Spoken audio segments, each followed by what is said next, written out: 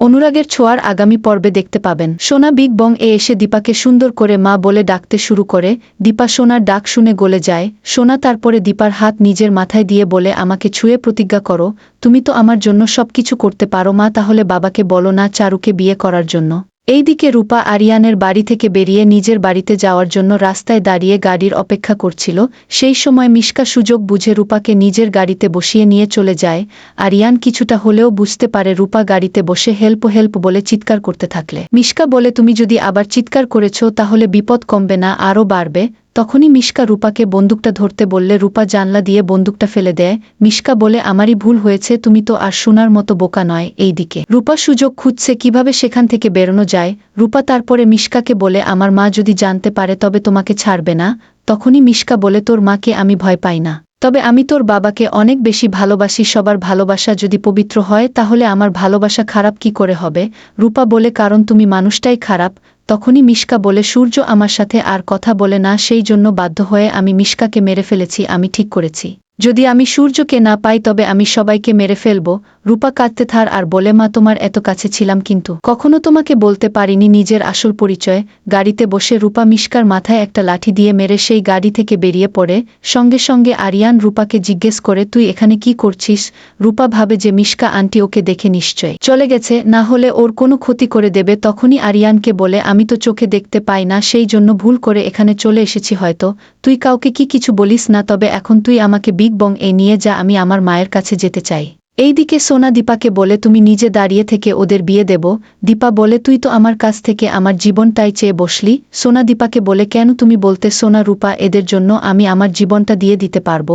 তারপর আরিয়ান রূপাকে নিয়ে বিগ বং এ আসে।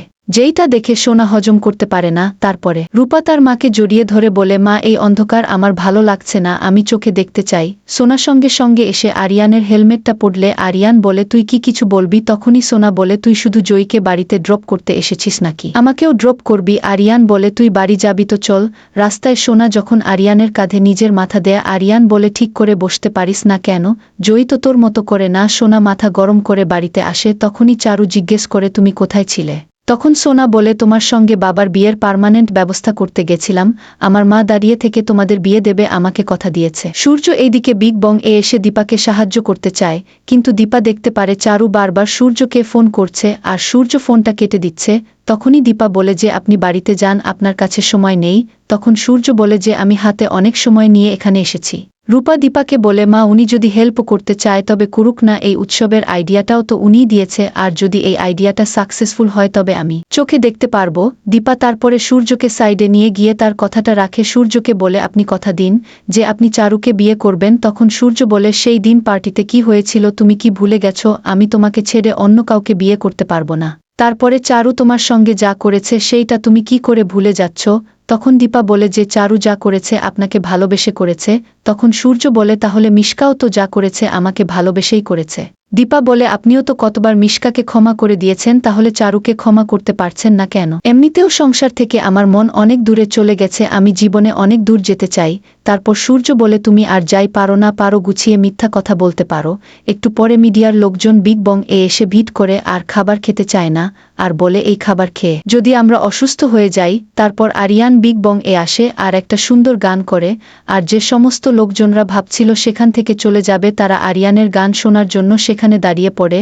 তারপরে সাক্ষ্যদ্বীপ রূপাকে জানায় যে, আরিয়ানকে আমি এখানে আসতে বলেছি। সূর্য এসেছে বুঝতে পেরে রূপা সূর্যর হাতটা ধরে। সূর্য বলে, তাহলে আমার উপর থেকে তোমার রাগটা একটু হলেও কমেছে।